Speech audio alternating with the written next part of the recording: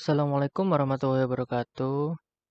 Di sini nama saya Thomas Andri Pratama dari Prodi IT 0302 akan mereview tentang Data and Knowledge Driven Named Entity Recognition for Cyber Security. Nah, sekarang kita masuk ke permasalahan umum ya.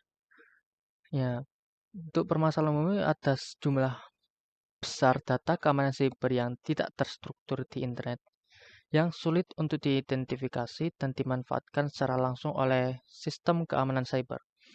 Data ini biasanya berasal dari blog keamanan cyber, komunitas perusahaan, dan database terkait, seperti Common Vulnerabilities and Exposure and National Vulnerability Database. Secara otomatis menambang informasi keamanan cyber dari data ini dan membangun basis pengetahuan keamanan cyber dapat memberikan dukungan dasar untuk melawan ancaman cyber. Oleh karena itu, diusulkan sebuah metode untuk keamanan cyber. Meskipun kesuksesan besar telah dicapai melalui metode pembelajaran mendalam, karena kekasan bidang keamanan cyber sulit untuk secara akurat mengidentifikasi entitas keamanan cyber hanya dengan mengandalkan metode pembelajaran mendalam berbasis data. Dalam teks keamanan cyber, ada sejumlah besar singkat atau akronim non-standar, dan entitas ini muncul sedikit atau tidak sama sekali dalam set pelatihan. Metode pembelajaran mendalam berbasis data biasanya sulit untuk menangani situasi ini dengan baik. Selain itu, teks keamanan cyber berisi sejumlah besar kalimat panjang. Nah, untuk menanggapi hal itu, kami mengusulkan metode NER, keamanan cyber berbasis data dan pengetahuan. Metode ini membangun teks input dengan vektor penyisipan kata yang telah dilatih sebelum di bidang keamanan cyber. Metode-metode ini memperlakukan entitas keamanan cyber sebagai masalah pelabelan urutan, yaitu untuk menentukan urutan label yang paling cocok untuk kalimat masukan yang diberikan. Berdasarkan mesin vektor dukungan menggambarkan kerangka kerja prototipe untuk mendeteksi dan ekstrak informasi tentang kerentanan dan serangan dari teks web. Lalu menggunakan model bintang acak bersyarat Stanford NER untuk mengembangkan sistem secara otomatis dan mengekstrak istilah dari blog dan buletin keamanan dunia maya.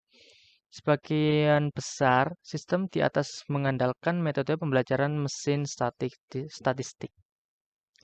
Semua model di atas telah meningkatkan efek pengenalan entitas keamanan cyber sampai batas tertentu, tetapi tidak menggabungkan pengetahuan dominan dan metode pembelajaran dalam berbasis data dengan baik.